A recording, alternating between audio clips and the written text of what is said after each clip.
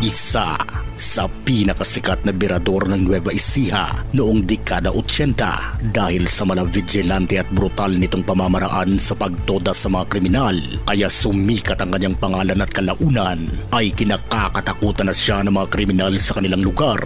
Isa siya sa mga naging instrumento para tumahimik ang magulong lugar noon sa Nueva Ecija, lalo na noong dekada 80 dahil sa panahong yun ay laganap ang kriminalidad sa lugar, kagaya na lamang ng mga unsolved cases ng mga kriminalidad, lalo na ang malawakang pagnanakaw ng mga kalabaw sa mga maliliit na magsasaka. Dito na isa-isang niligpit ng mga vigilante ng Nueva Ecija ang mga pasaway sa batas.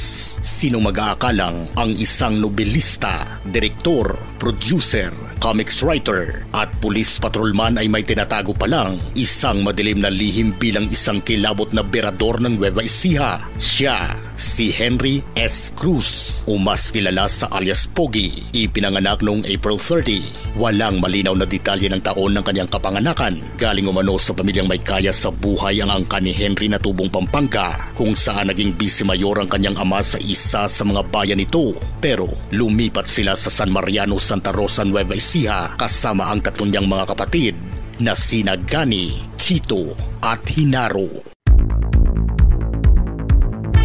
Dahil malapit sa Diyos sa mga magulang ni Henry at deboto ito ni Senyor Santo Niño, ang patron ng milagrosong simbahan ng San Mariano, kaya pinasok sila Henry bilang sakristan at nagsilbi ito ng ilang taon bilang alalay ng pare, kaya naging malapit sa puso ni Henry ang pare at kalaunan